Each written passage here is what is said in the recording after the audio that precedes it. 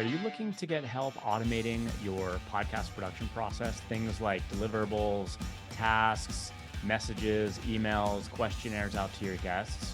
The PodTask workflow functionality is designed for that purpose. So let's check it out.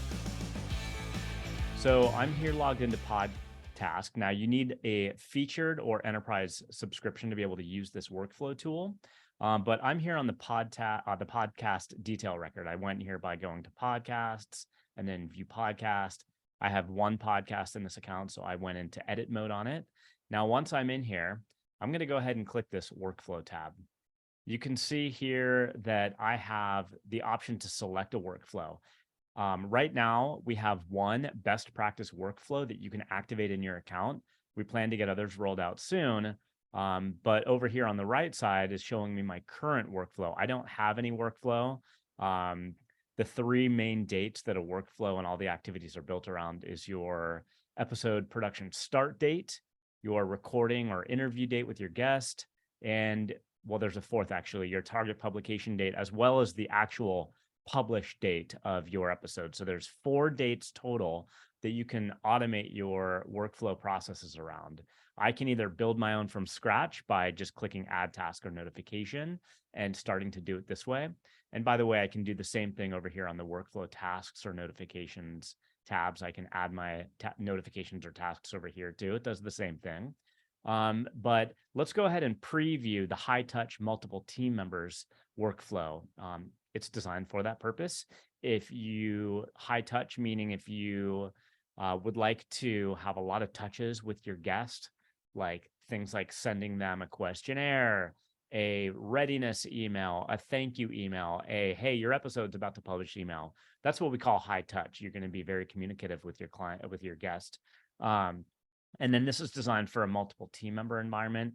It doesn't necessarily need to be multiple team members. You can be a single person operation and just, by default, assign all the tasks to be assigned to you. But let's go ahead and preview that. So I'm going to click this preview button, and now I can see what it's going to build. So going off of my episode creation date, 3 days after that creation date, it will send an email out to the guest indicated on my episode record, and we'll send them this questionnaire. By the way, check out our questionnaires feature. You can see a video about it on our home page. At the bottom, there's a questionnaire section, and you can see a short video about our questionnaires feature, which is included with, again, the featured or enterprise subscriptions. And then going from there, another email will be sent, a release form 7 days before the recording date, a readiness email 1 day before the recording date, so on and so forth. These envelope icons signify emails or notifications. These yellow clock-looking icons signify tasks. Tasks meaning that in PodTask, an actual task record is going to be created.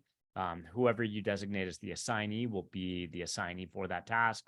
There's going to be a start date, a due date.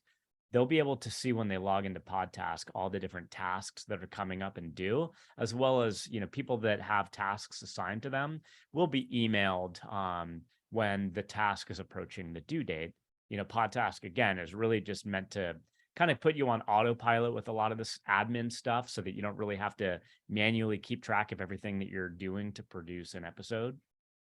So let's anyway go ahead and activate this workflow. And I'm just going to hit yes.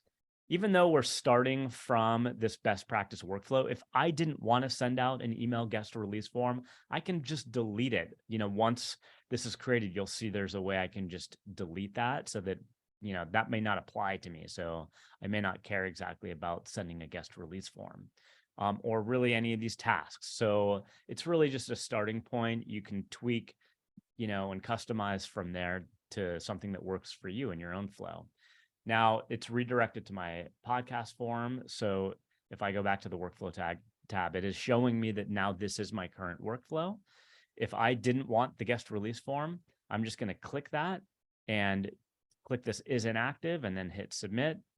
And now it'll be gone from my workflow. So it's as easy as that. Now, the workflow items themselves will be applied to your episode record Many of these that come with the best practice workflow will be flagged to automatically apply and get created with your episode record. So for example, if I click this guest information request, notice it says automatically add on creation of episode, and that's checked. So meaning when I create a new episode record, or if I have an episode record and then I go ahead and set the scheduled interview or recording date, that at that point, these tasks and notifications will be automatically added based on, what you set as your offset field, right? So let's go ahead and now start a new episode. We'll say this is a guest episode. I'll go ahead and put myself as a guest here.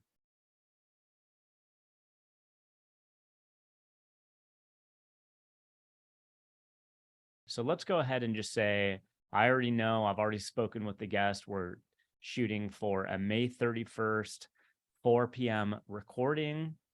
We're hoping to publish this June 28th. And so at this point here, we'll just hit submit. Back here on the workflow tab, you can see, okay, so May 9th, 2023, which is today, is when the episode was created.